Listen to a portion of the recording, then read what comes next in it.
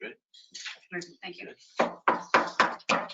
Good afternoon, everyone. I'd like to welcome you to the April 4th meeting of the North Carolina Local Government Commission. We're convening today at UNC Wilmington, and State Treasurer Falwell. We're so delighted to be here at UNC Wilmington. We're going to hear a few opening remarks by the newly coordinated Chancellor of UNC Wilmington in just a moment. And before doing so, if you'll stand and join us for our Pledge of Allegiance, and then Secretary Marshall will lead us in our salute to the North Carolina flag. You gonna sing? Okay.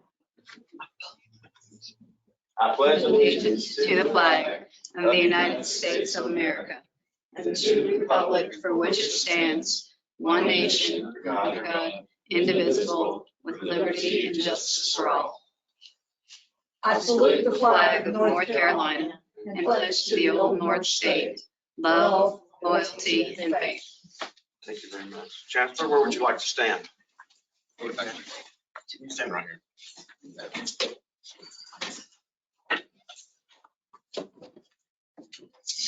Thank you, Treasurer Paul. Thank you for the members of the Local Government Commission. First off, welcome to the campus of UNC Wilmington. We'd like to call UNC wonderful. Yeah. I hope some of you had a chance to visit the campus. It's a beautiful campus. We just celebrated 75 years this past fall. With 238 students back then, it's about nearly 18,000 students. And close to about 95 degrees, both undergraduate and graduate degree programs, including 5 PhD programs. Right now, like I said, we had about 18,000 students, 650 acres, about 170 buildings. Talking to Mr. Butler and the Trask family, they were usually the 3 buildings that were there at the front of the campus. And of course, this is the heart of the campus now. But thank you for hosting the meeting here and also allowing our students and faculty to participate in looking at these things. What we're very proud of is taking the concepts and principles that the students learn in the class and see how they can apply it to real world settings and solving real world problems. So this will give them a front row seat as to how things happen and what they're doing as part of their public administration and public policy programs and putting it into practice. I'm very grateful for that.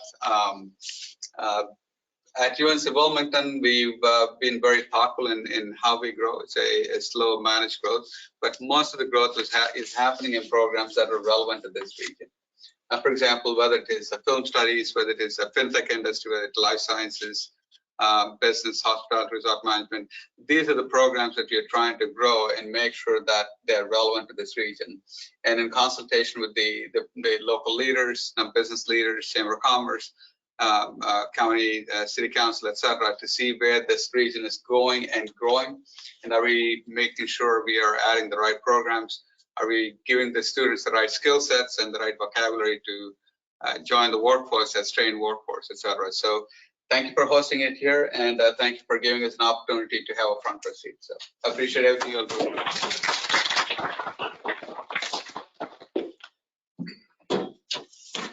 Thank you, Chancellor. And before we get into our meeting, I just want to thank all the UNCW staff. As you may know, Chancellor, the R in GRACE stands for Radical Hospitality. So we appreciate your radical hospitality, and also thank the LGC staff. Victoria's over there behind the mission control for making this jump up on the table. For those that are here and those that are joining us virtually, these meeting proceedings, other than anything that may occur in closed session, are recorded and will be made available to the public pursuant to our Department of State Treasurer's recording public meeting policy.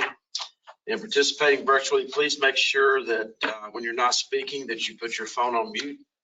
If you need to leave the meeting for any purpose, please tell us that you're leaving the meeting and tell us that you're coming back. And for public records, anything that is communicated while you're in this meeting, even on a personal device, could be deemed to be public record. As far as our conflict of interest statement, I think all of our members have seen. Yes.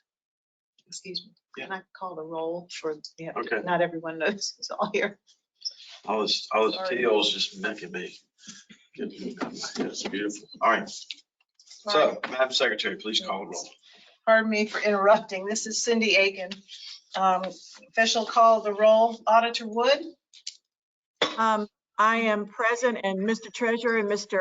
Chairman, I just want to say how sorry I am that I am not personally there. I applaud you holding these LGC meetings around the state.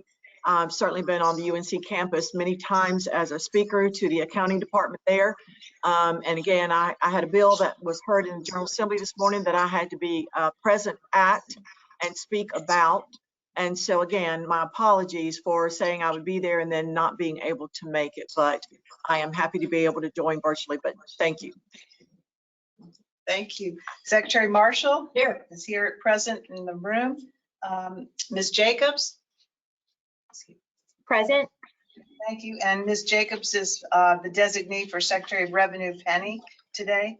Mr. Burns? I'm here. Thank you, virtually. Thank you very much. And Mr. Butler? Here. Is here in the room. Ms. Harvey? Here. And also virtual, Ms. Councilwoman Hoffman? Here. Thank you. Mr. Philbeck? Here. Thank you. And Treasurer Falwell Here. in the room. Thank you. And just so everyone knows, the staff present today is Sharon Edmondson, Secretary of the LGC, Jennifer Wimmer, Director of Debt Management, Debbie Tomasco, Director of Policy, Technology, and Operations. I'm Cindy Aiken, Assistant Counsel. And I think the Treasurer already said all the important things about muting when you're not speaking. We really appreciate your cooperation. The agenda is posted at the Department of State Treasurer website, and if we have any changes to that agenda, we'll announce that during the meeting. Thank you very much. Thank you, Cindy. Members, we have a conflict of interest statement. The agenda was sent out to you. Please take a moment to review the agenda.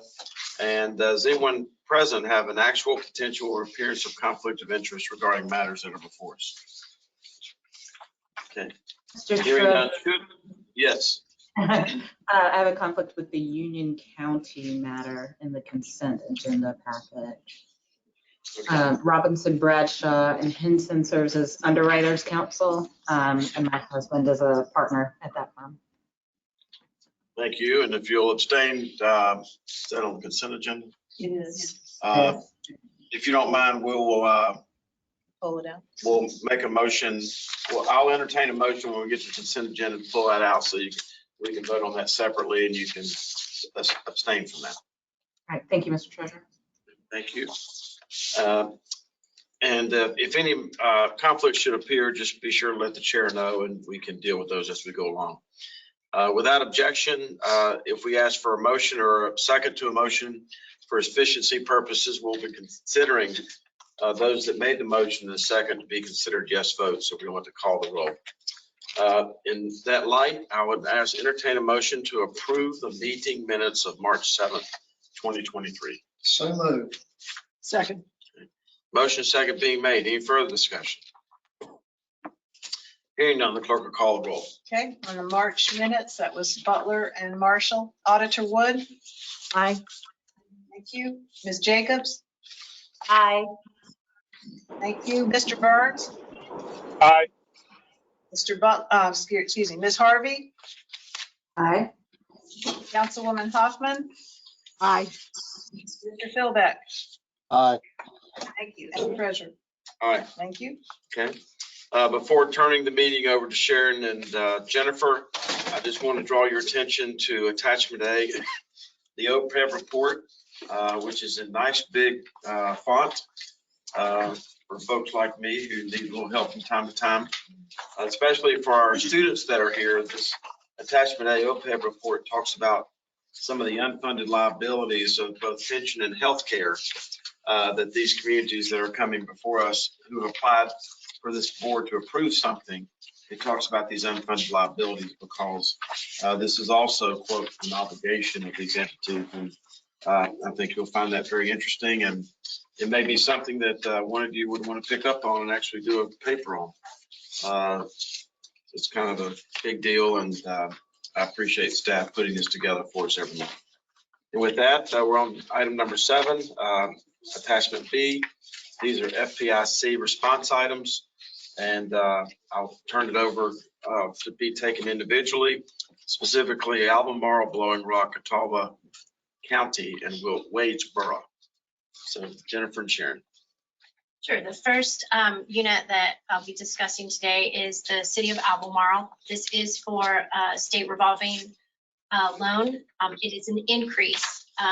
One thing to note is the original project was brought to the commission and approved for $6.1 million in July of 2022.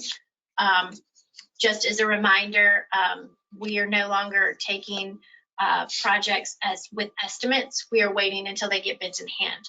So this is one of the ones that we are coming back to you for the loan increase of $1.555 million. The bids are in, so the costs are known, and it is for the rehabilitation and replacement of gravity sewer lines.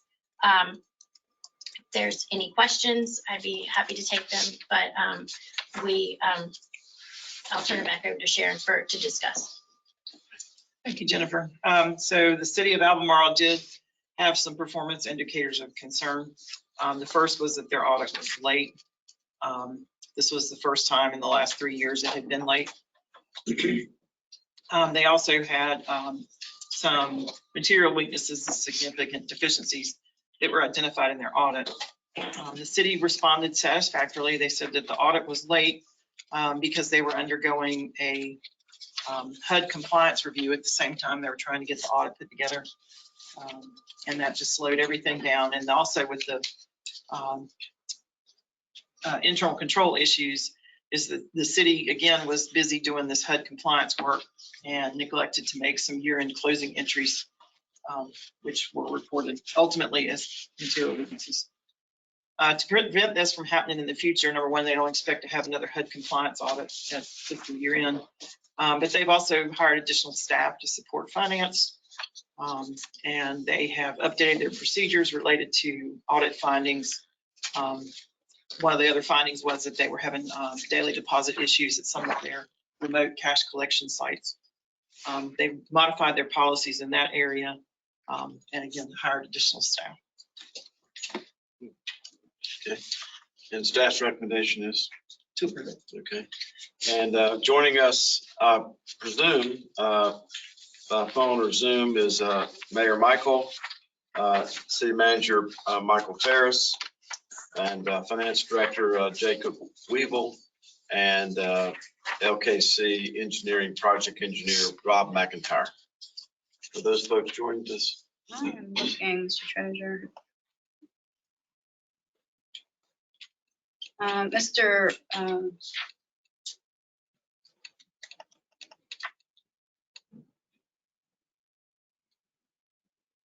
0 for 2. Let me see. They might all, occasionally they'll all join in one office. While you're doing that. I have, sorry, I apologize, Mr. Treasurer. I have Mr. Weevil, the Finance Director. Okay. Mr. Weevil, can you hear us? Yes, ma'am. Okay. Mr. Weevil, thank you for joining us. I think you've heard our staff recommendation, and if you'll just stand by, I'll go around the horn to see if any LGC members have any questions by Zoom or in person. Secretary Marshall. I don't have a question, and when you mentioned the conflict of interest, it went right over my head. We hear at the beginning of every meeting. The Mayor Pro Tem of Albemarle is one of my very best friends. I have to recuse myself. All right. Mr. Weevil, is there anything you'd like to add to the official response you've given the LGC regarding your application? Sir, just that, you know, we're working very diligently, and we appreciate the opportunity. Okay, thank you so much. Mr. Treasurer, Yes. this is State Auditor Beth Wood. I have a couple of questions, please. And, You have the and floor. this is for staff. Jennifer, did I understand that you'll no longer be accepting bids based on estimates? So we're not going to be presenting new applications from the DEQ SRF program until the bids are in. Previously, we had allowed the estimates to come in with the original application for the SRF loan, but we are now holding them until they are ready to go and have been contracted and have bids in hand.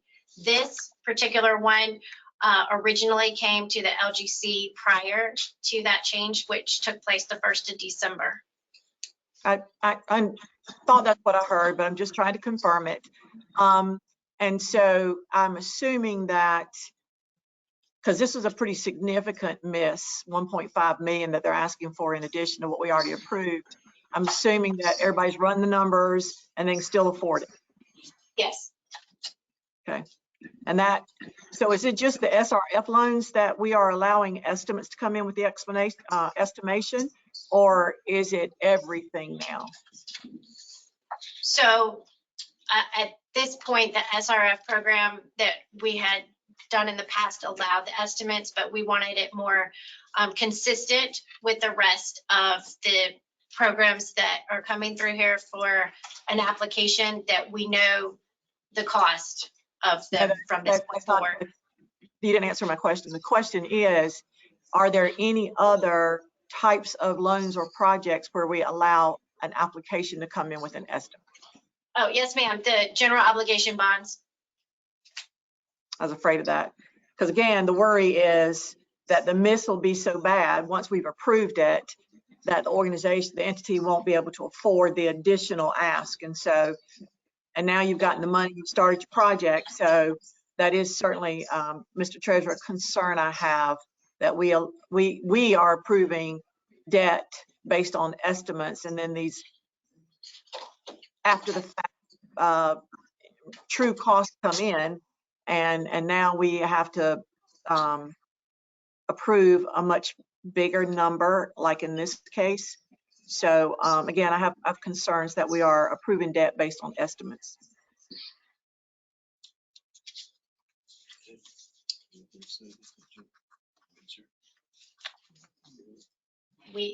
We are aware of that, and that's why we're starting to at least change the process for this type of loan.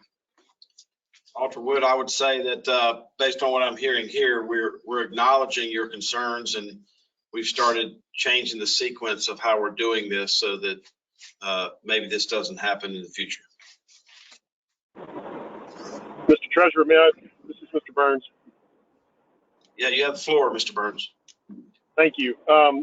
Just to clarify the auditor's question, if it's a general obligation bond that's approved by the voters and the work to be done with that debt exceeds the amount of the debt, they can't come to us and increase their debt unless the voters approve additional debt. Isn't that right? A general obligation bond must be approved by the voter before it can be incurred. Am I right on that? That is correct. And if there's additional debt that they are going to take on, such as limited obligation bonds, for that would come when the costs are known to the commission as well. So do we take, or do we approve or accept applications for approval of limited obligation bonds without true costs, or are we also, or let me rephrase it. Do we accept applications for limited obligation bonds based solely on estimates, or are we waiting for true costs on those? We are waiting on true cost. If there's multiple projects, a significant percentage has to be known and guaranteed. Gotcha. I mean, my concern on general obligation bonds would be that, some of those bond programs are multiple year, 5 or 6 years worth of construction plans, and they won't know the true costs of some of the projects that are later on in those construction projects. And I would caution us against conditioning general obligation bonds on receiving all of the true costs, because they may not put them out for bid for another 3 or 4 years. Well, I wouldn't have a problem with the general obligation bonds, because it's not in my lap to approve until the citizens approve it. So gotcha. I agree. I'm comfortable with that.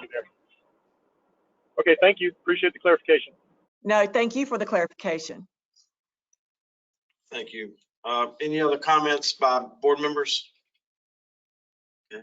I'll entertain the motion to accept staff's recommendation on Blowing Rock. No, Albemarle. Oh, Albemarle. Oh, Mr. Chairman, Treasurer, Yes. just whoever's representing Albemarle, 40% of the board didn't sign this letter. Is there any particular reason for that? It was a timing issue. They're going to send us another copy of the letter with all the signatures. With all the signatures? Okay, thank you. Good catch, Mr. Butler. It's actually 40%. I think it's 4 out of 10. It's usually 40. It was at Chapel Hill when I was in. It's under Teddy Roosevelt. Anyway, thank you. Yes. Mr. Treasurer, I'll move approval if you hadn't got it yet.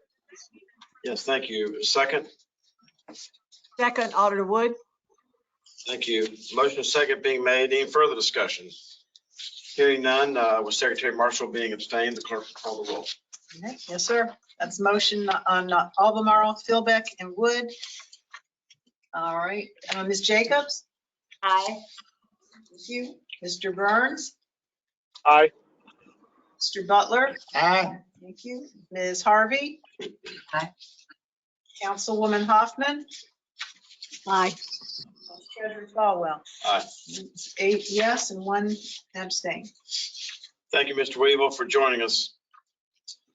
Our next FPIC is Blowing Rock, and we are joined virtually by Shane Fox, the town manager, and Nicole Norman, the finance director. Jennifer. The town of Blowing Rock has applied for $1.2 million for an installment purchase. And this is to install 2,300 advanced metering infrastructure technology water meters.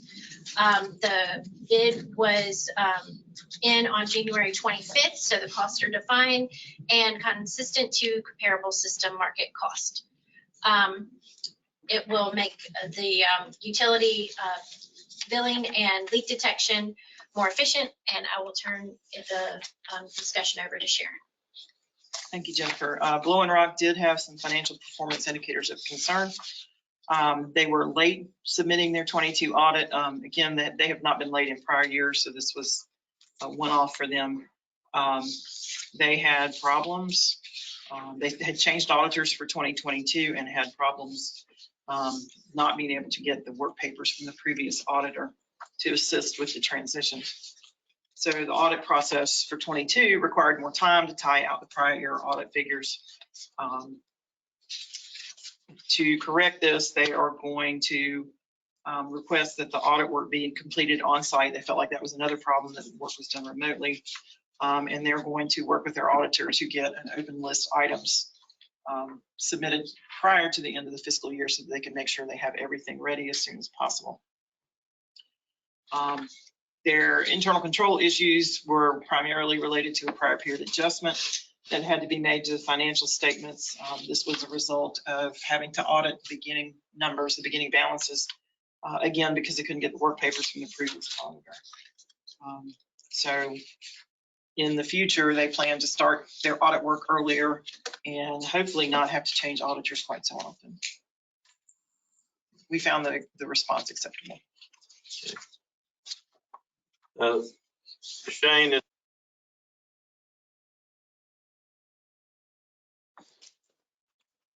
Ms. Norman, can you hear us? Yes, we hear you.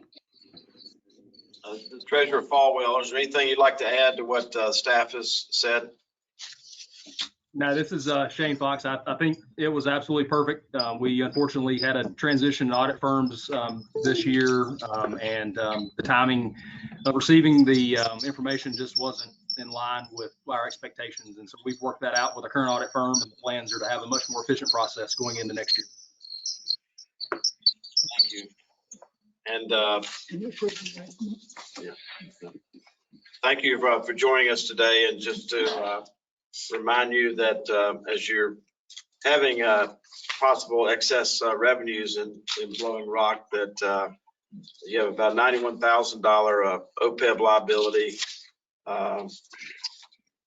against my glasses, and the unfunded health care and pension liability. So we're working with a lot of cities and counties like yours to start putting any surpluses they might have toward these liabilities, which will hold you in good stead in the future. So thank you for joining us. Now, do I have a motion to accept staff's recommendation regarding Blowing Rock? So moved, Mr. Treasurer. Nancy Hoffman. Thank you, Councilwoman Hoffman. And the second? Second. Second by Secretary Marshall. Any further discussion? Hearing none, the clerk will call the roll. Down at Blowing Rock, that was Hoffman, Marshall. Auditor Wood? Aye. Thank you. Ms. Jacobs? Aye. Mr. Burns?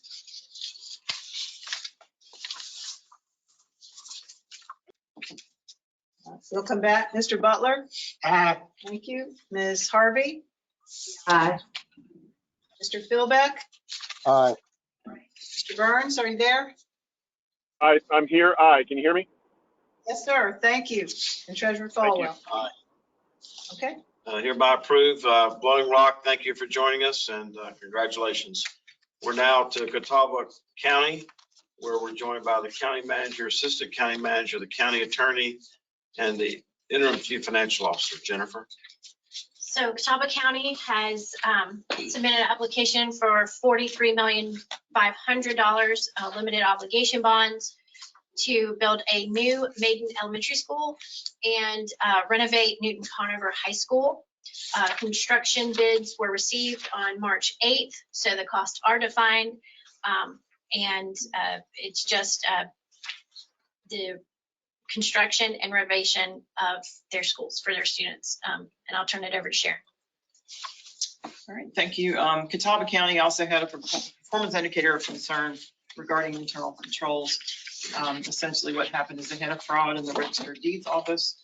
The Register of Deeds used county funds to purchase office supplies, personal use, and reported overtime, comp time that was actually not worked. So the county responded satisfactory to that. They described their system of internal controls. They evaluate risk. They do various procedures to test for compliance. They offer a great deal of training on adhering to the appropriate internal control processes and maintaining compliance.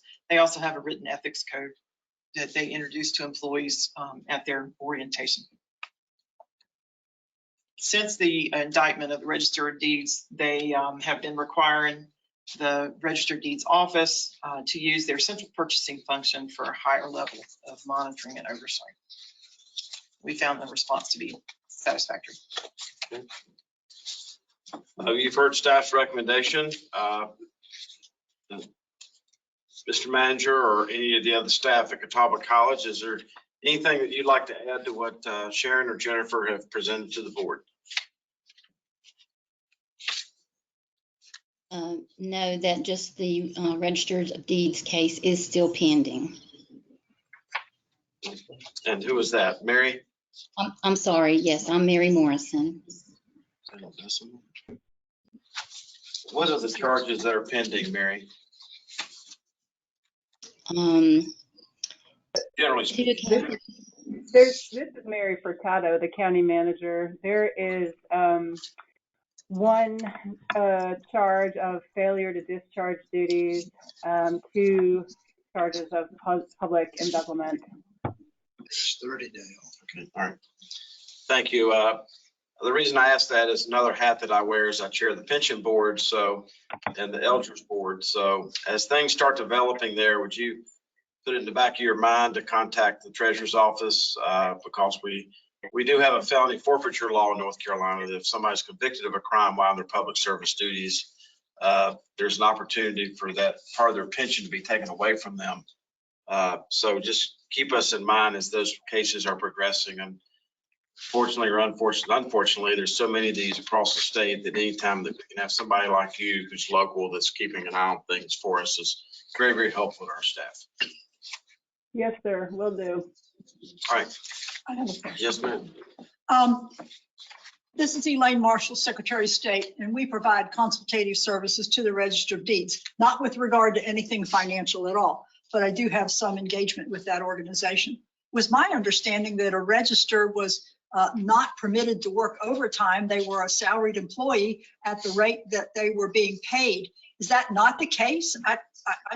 This is the first time I've heard of any register working overtime, you know, the actual elected person to be working overtime and get extra pay. Actually, I think that it doesn't have to do with her working overtime. The allegation is that she claimed comp time because of overtime work that then rolled over to leave, which eventually hit the retirement system as creditable service. But I think the issue that you've hit on is the issue that is being litigated. So you've hit at the heart of the allegation, and that the county is very much trying to protect the public assets and not wade into the eventual dispensation of the case. Because if she's complaining comp time, that's a back door to getting paid. It's an indirect payment for something that she's not permitted to do. I think that's the basis of the suit. Yes, ma'am. Keep us posted. Thank you. Just for the record, Secretary nor I nor the state auditor get any comp time or so. Right. Just want to be clear about that. We're all on the same page there. All right. Do I hear a motion? I have just a comment or observation to ask the folks from Catawba County. I'm looking at the debt ratio per capita going from $700 to $969. And the ratio debt to assessed valuation going up nearly 50%. How's that going to affect your tax rates there? The services obligation.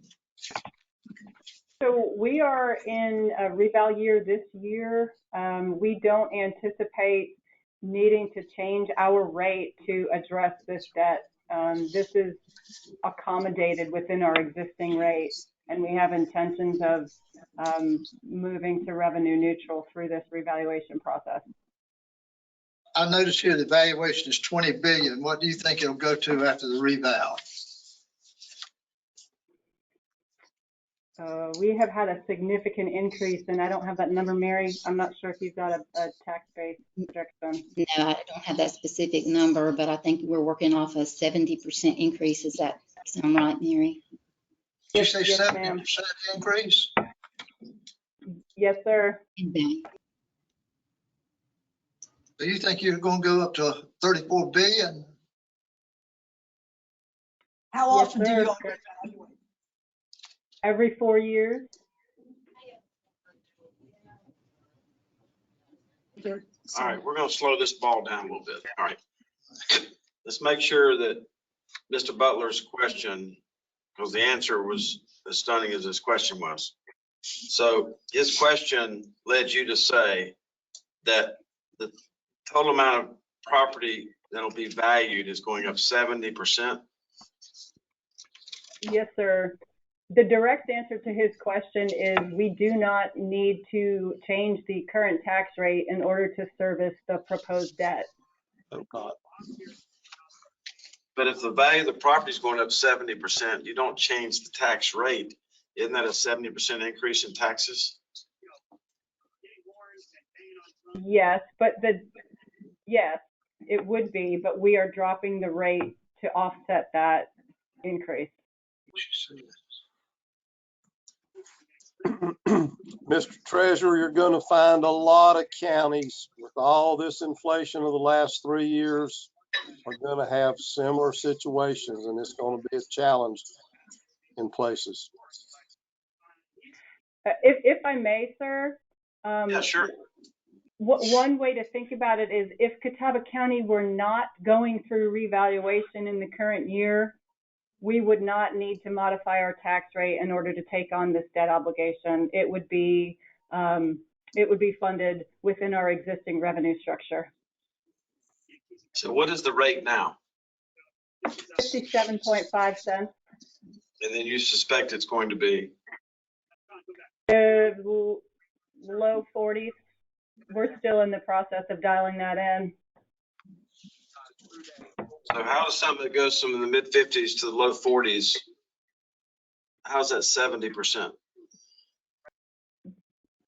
Because 70% is the increase in the real property base, which is offset by changes in other property types like vehicle property, utility value property, business personal property. Makes sense. 70% is the change in the base associated with the real property revaluation. The other types of property that are valued on an annual basis have not seen those broad swings. And the way the Department of Revenue's revenue neutral calculation form is laid out, the revenue neutral rate is calculated across all property types, not just real property. So the 70% figure applies to the real property component of the base, which is about 75% of the base. Is this a hot topic in Catawba County? And are you expecting the actual tax bill that the average person pays to go up or not go up? Not go up. And is this a hot topic in Catawba County? It is absolutely a hot topic. Yes, sir. All right. Anybody, any of the staffers have any questions?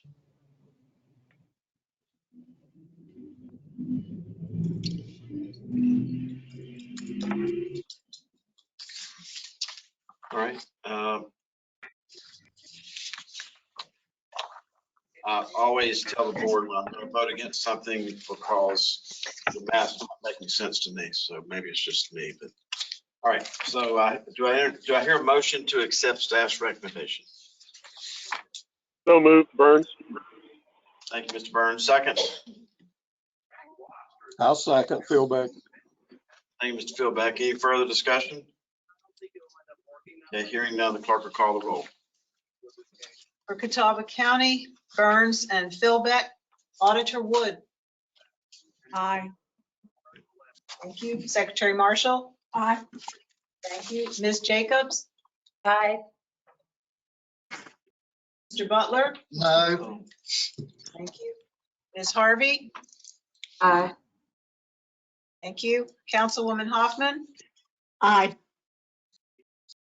Treasurer Falwell. No. Thank you. Motion carries.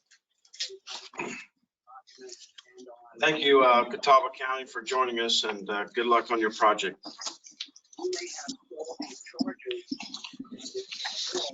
Now, Wadesboro. The town of Wadesboro has an application for $2,189,000 for a USDA revenue bond project. So they are in the construction phase with this to be taken out with USDA financing at the end of construction. The bids were received in November, and so the costs are known, and it is a basically wastewater installation for Force Main. And I'll turn it over to Sharon for discussion. So Wadesboro had financial performance indicators of concern. Their audit was late for 2022. It was late in 2021, but not in previous years to that. They also had a few budget violations and some internal control issues. The town did respond in a way that we felt was satisfactory. They said that they had trouble getting the audit done due to staffing issues, difficulty in implementing GASB 87, which last year was the first year for that. They had some failure in management oversight for getting their updated OPEB figures on time, and again, the staffing issue. They have addressed some of the accounting issues with the vendor or the capital lease accounting issue, and address the OPEB issue by increasing updating meetings and accountability for staff with ordering the OPEB reports. The staffing issue, they had a long-term employee retire in September of 2022, leaving that person's supervisor to cover multiple positions. And when they posted the job, they had very few applications.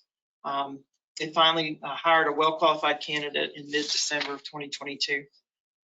For the coming year, they've requested another position to help with segregation of duties, which was one of their internal control issues, and also to help with preparing for the audit. There was a deficit fund balance and a capital project fund, which they will cover once the project's funded by USDA and DEQ. They also had a late credit card payment, which was resolved by implementing new credit card procedures to make sure the receipts come in a timely manner, and so the card can get paid. Staff's recommendation is to approve. Yes. Okay. Mr. David Edwards, have you joined us today? I have. Good afternoon. Thank you. Is there anything you'd like to add to staff's narrative or their recommendation? No, sir, not at this time. It was well covered, but I'd be glad to answer any questions. Okay, thank you. Is that where Wadesboro, where Lieutenant Governor Pat Taylor lived? It was. Okay. That's correct. I saw his son this morning at the Council of State meeting. Secretary Marshall and I did. Oh, I didn't notice. Lockhart was there. So Okay. thank you, Mr. Edwards, for joining us. Do I hear a motion to approve? So moved. Do I hear a second? Second. Motion second being made. Any further discussion? Hearing none, the clerk will call the roll. The town of Wadesboro, motion Butler, second Marshall. Auditor Wood? Aye. You. Ms. Jacobs? Aye.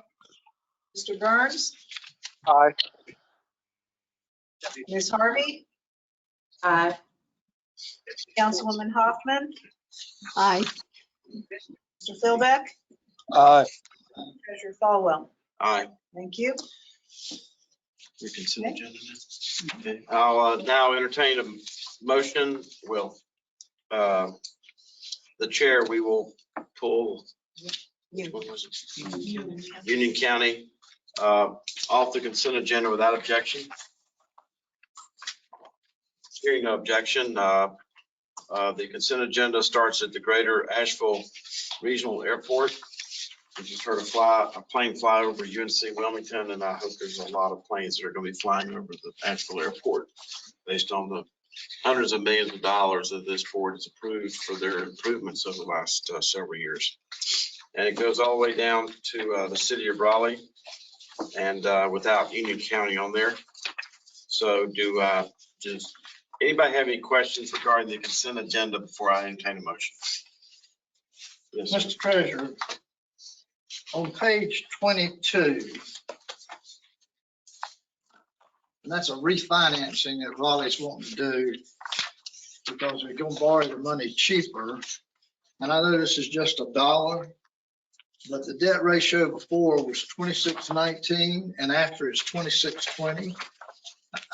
I just in my mind thought that was going the wrong way.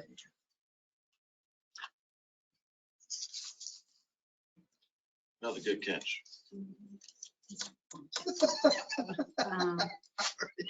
Mr. Butler, we will get that clarified for you. Tony Blaylock, if you are on the call, I'm going to unmute you. If you can address Mr. Butler's question regarding the discrepancy on page 22 regarding, or not the discrepancy, but the $1 difference between the debt ratio before and after. Tony Blaylock, are you there? Sorry, Mr. Butler. Tony Blaylock, can you hear me?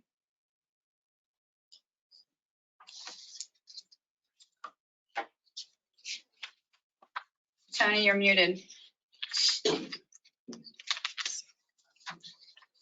Yes, can you hear me now? Yes, we can, Tony. Did you hear the question? I did not. I was talking to one of the staff members. On page 22 of the consent agenda, the debt ratio, the debt per capita is listed as $2,619 before and $2,620 after. Mr. Butler was questioning that $1 difference. Typically, it's the difference between the amount of the refunding bonds and the refunded bonds. But Yeah, wasn't the I don't have that page in front refinancing of me. to lower the rate on the money? Sorry, I couldn't hear that. Wasn't the refinancing to lower the rate on the money you've borrowed? Wasn't that the whole purpose? Yes, you can borrow a certain amount. You also get premium. So that affects you actually borrow less. But it's the difference between the refunding amount and the amount of bonds that are refunded. And in this case, it's probably a few $100,000. The principal amount is pretty close. Tony, this is the treasurer. The net present value of this refinancing is positive, right? Which one is this? City of City Raleigh, of Raleigh. Geo refunding bonds. the 27 Right million. now, yes, right now it is marginal. And if it is not within our 3%, we will not go forward with the refunding. Okay, thank you. Anything else, Mr. Butler? I thought when you borrow money to refinance at a lower rate, the per capita ratio would lower than go up. But that's, Tony, Commissioner Butler is saying that if the MPV is even slightly positive and you're refinancing at a lower rate, then the ratio should have also come down, not gone up. I guess that assumes it was calculated right the first time. That would be correct. I'll be glad to check the number. All right. He's going to check the number okay. to make sure it's calculated. Would you be sure to get back with Mr. Butler and the board regarding the answer to that? Yes, sir. Thank you. All right. Do I hear a motion to approve the consent agenda without Union County? I move State Auditor Beth Wood. Thank you. Second. Nancy Hoffman. Thank you, Councilwoman Hoffman. Any further discussion? Hearing none, the clerk will call the roll. Just to, for the benefit of everyone listening, just to reiterate, consent agenda is Greater Asheville Regional Airport Authority through 3 miscellaneous items, except for the Union County matter. Auditor Wood and Councilwoman Hoffman made the motion in second. Secretary Marshall? Aye. Thank you. Ms. Jacobs? Aye. Mr. Burns? Aye. Mr. Butler? Aye. Ms. Harvey? Aye. Mr. Philbeck? Aye. Treasurer Falwell? Aye. Thank you. Now we'll consider the matter of Union County with Ms. Harvey being abstained. Do I hear a motion to approve Union County LOB refunding? So moved. Secretary Marshall's move, second. Nancy Hoffman. Thank you, Councilwoman Hoffman. Any further discussion? Hearing none, the clerk will call the roll. All right, this is Union County. Marshall Hoffman, Auditor Wood. Aye. Thank you. And Ms. Jacobs recused. Mr. Burns? Aye. Mr. Butler? Aye. Ms. Harvey? Oh, sorry. Yeah, that's Oh, okay. This is Miss Jacobs. I think it was Miss Harvey that recused. On That's this one. right. I'm so sorry. Cindy was, That's just checking, make sure you're paying attention. Ms. Harvey's recused. Sorry, Ms. Jacobs, your vote. So aye. Thank you. I apologize. Councilman Hoffman motion. Mr. Philbeck? Aye. Treasurer Falwell? Aye. Thank you all for keeping me straight. Okay.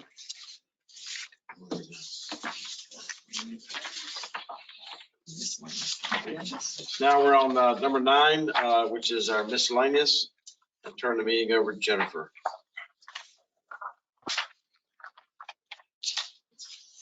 You just tell us about the non-action item. Oh, you, yeah. This is a non-action item, and the town of Huntersville has converted the taxable refunding bond to a tax exempt refunding bond. And so the tax exempt interest is a 1.2%. So the original application was approved in 2021. And so this was done because it's basically Cinderella refunding. So to get a tax exempt rate, they had to wait for the call period to be up. So this is the conversion date. And so the rate is going to a 1.20%. Thank you. Attachment D, item number 10. A couple of these will need some votes. Sharon? All right, so attachment D is your unit updates for the units that are whose finances are under control of LGC. I'm not going to take the time to go through those that don't have any action items. You've got the updates there. And although I'm happy to answer any questions anybody has, but two of these we need votes on, Robertsonville and Spring Lake. For Robertsonville, we have multiple budget issues and two resolutions that we need to vote on. So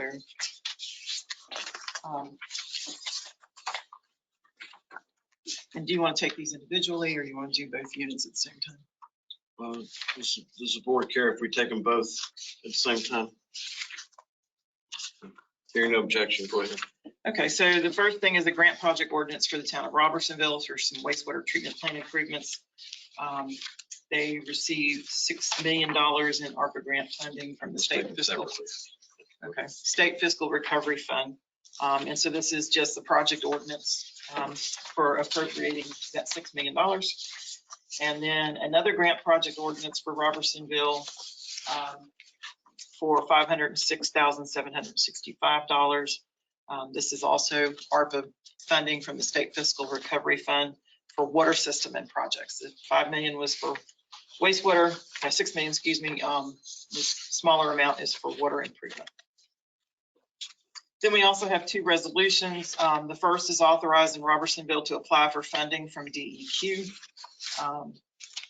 And that is for phase 1 meter replacement, phase 2 meter replacement, phase 1 drinking water skater replacement, and phase 2 drinking water skater replacement.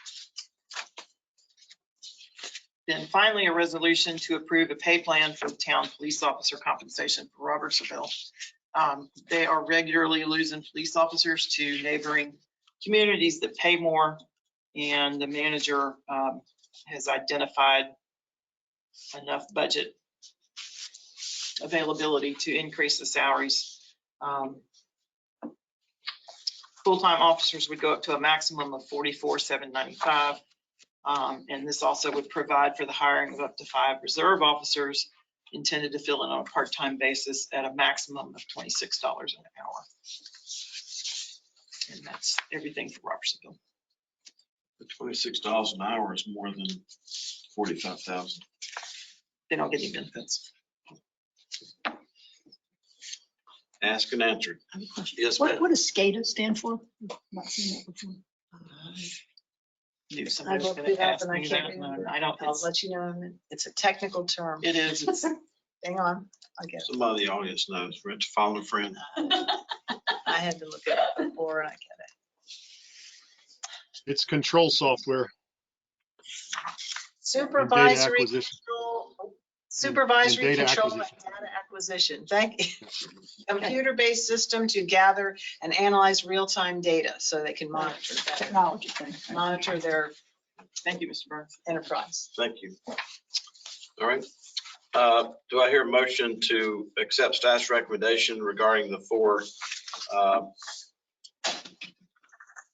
items that will need to be approved regarding Robertsonville? No moves. Second.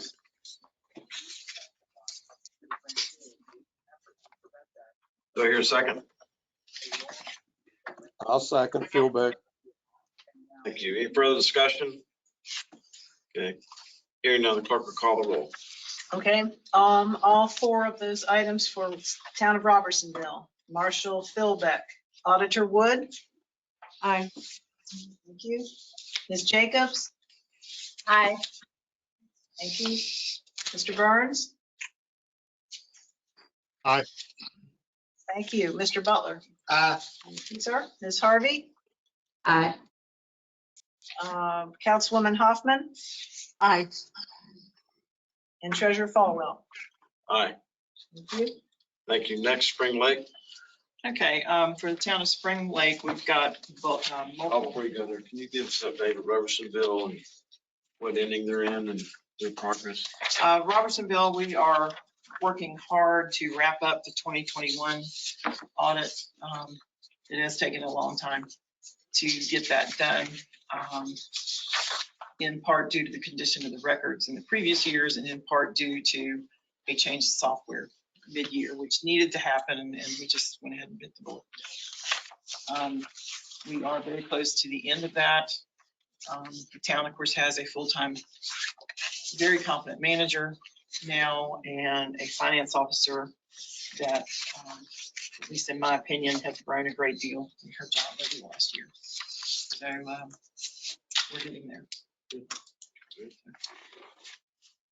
Spring Lake. Okay, we've got multiple budget amendments for Spring Lake. Again, I'm happy to answer any questions about the status of the town.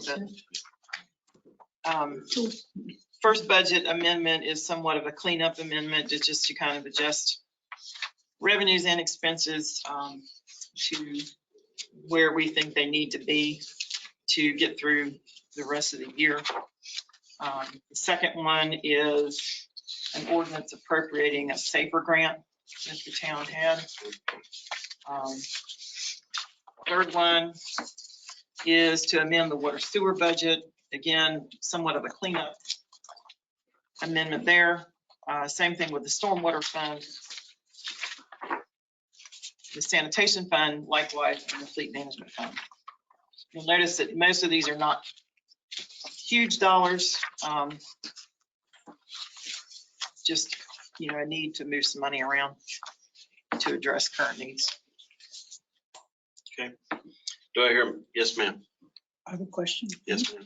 On page 18, the one about the SAFER, the last section 5, isn't that a typo? Shouldn't it be 2023? It is not. This project was awarded to the town before we stepped in.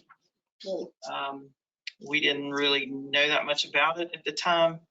And it is closed out now. And this was just cleanup work? Cleanup work. Okay. Do I hear a motion? I so move. Thank you. Second? Second. Thank you very much. Ms. Harvey? Yes. Motion second being made. Any further discussion? Hearing Actually, I none, think clerk- it was Miss Jacobs that seconded it. Jacobs. All right. Y'all sound like sisters. Your voice. Okay. Sorry about that. All right, you ready? Was there any discussion? There was none. Okay. All right, I'm gonna call the roll. 6 various budget ordinance amendments for the town of Spring Lake. Motion Butler, second Ms. Jacobs. Auditor Wood. Aye. Thank you. Ms. Secretary Marshall. Aye. Thank you. Jacobs. Mr. Burns. Aye. Sorry, couldn't find the button. Thank you. No problem. Ms. Harvey. Aye. You, Councilwoman Hoffman. Aye. Mr. Philbeck. Aye. Treasurer Falwell. Aye. Thank you. Okay, now we'll turn the meeting over to attachment E. We discussed this before on public participation in LGC meetings. And Mr. Treasurer, because we do have an answer to Mr. Butler's question on that difference. Do you want to see that, Jen? Sure. It's a not to exceed amount that the commission was approving of $27 million. The refunded amount that is needed, but we don't know because of the pricing, is a $26 million. So it's 600. So $400,000 difference is that $1. Thank you. Thank you. Uh, Thank you, Tony. Go ahead. And as the treasurer mentioned, we discussed this at the last meeting. Staff proposed some updates and changes to the policy on public participation. A number of changes were recommended by members, and Mr. Butler had wanted a chance to review all those in final form in writing. So just to summarize some of those requested changes, verbal swap out for verbal and oral Secretary Marshall's request. We also, again, Secretary Marshall had indicated that she'd like all comments received by the commission to be able to be provided to both commission members and the affected units, regardless of that 7-day deadline. I did put in a midnight deadline just from a practicality perspective, because obviously we want to make sure we can get those to members.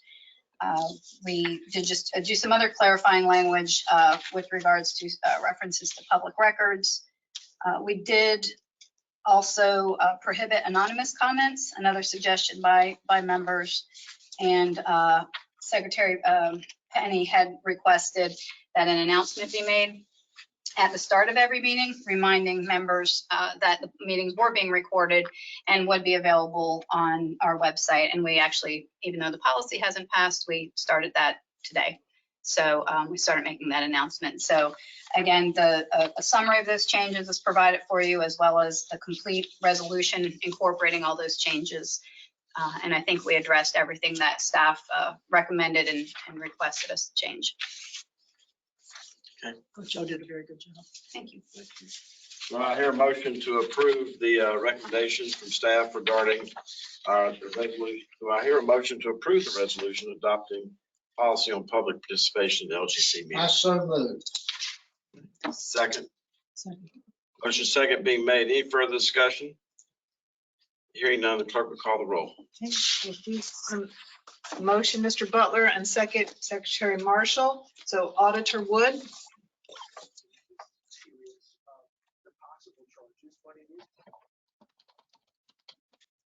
Can you hear me, Aye. Auditor Wood? Oh, there you go. Thank you.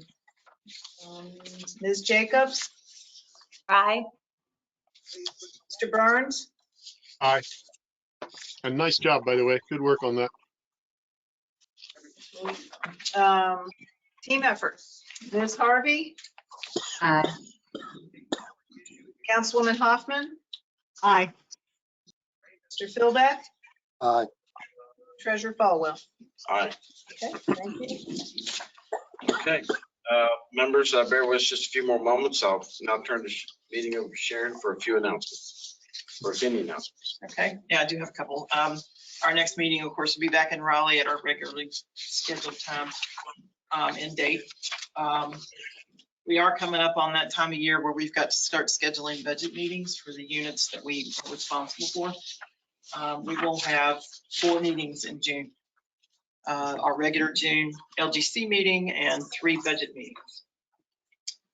So we'll have 2 budget hearings, 2 units, 2 extra meetings, 2 units per meeting, sorry, for the budget public hearings that we're required to have. And then we'll have 1 to adopt all 4 all at one time. So we will have 3 additional meetings in June. We have not looked at the dates. We'll be yet. sending out an email to all members. Obviously, it's important that we'd like to get a quorum for those. So we will be sending out an email and polling members for their availability. It'll be similar to what we've done previously, where we'll have 1 evening meeting with, like Sharon said, 2. Another week later, we'll do 2 more. And then the following week will be a daytime meeting to do the adoption. So, but we'll poll members for their availability. We'll do that this week. Okay. Thank you. All right, we'll go around the horn, starting with those that are joining us virtually, to see if anybody has any comments or closing thoughts. Oh.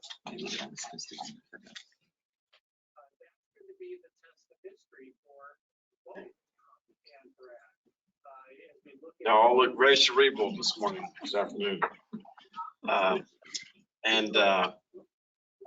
Mr. Butler? I'm just delighted to be on campus again and see students. So, appreciate you all coming out. We appreciate audiences. And I'm sure some of this stuff just goes whiz, whiz, whiz, but, and we had these agendas for a bit, so prior to coming in here, it's not a cold activity. Mr. Treasurer, I just wanted to, I know there was some interest last time, Mr. Butler, on, specifically for Mr. Butler, on the rules that last meeting, the commission approved the proposed text for the rules changes. Those have been, those are out for public comment now. Those have been filed. Public comment period is open. It's posted on our website. All appropriate parties have been notified. So I know you had a question, Mr. Butler, about the public comment period, and that is now open. If anyone's interested, they could go out to the Department of State Treasurer website. We do have a rules page there, and there's links and information on how the public can make comment on those proposed rules changes.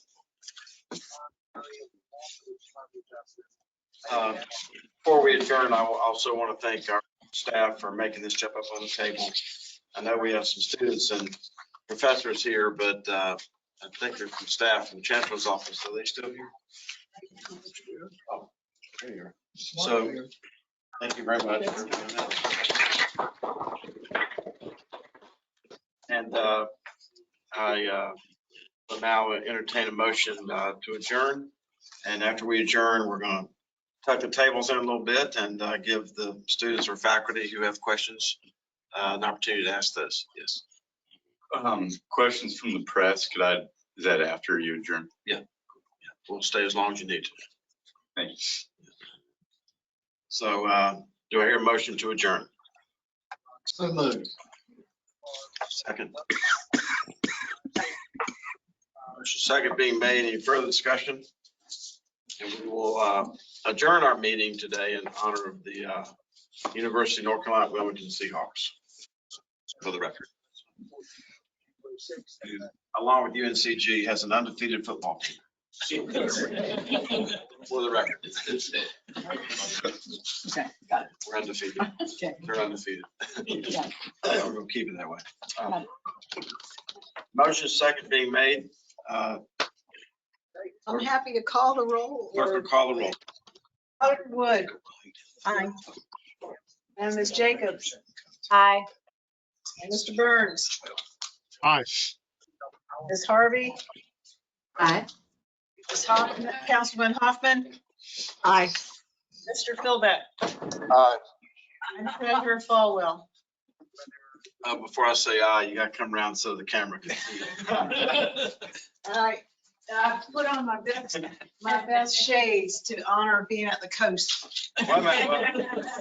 Are you sitting down, Alder Wood? You've been out bling today, Alder Wood. Oh, I hate it when she does that to me. I just hate it when she does that to me. We'll see you in May. Bring it. Game on, game on. All right, and we're hereby adjourned. Thank you very much. And we're going to scoot these tables.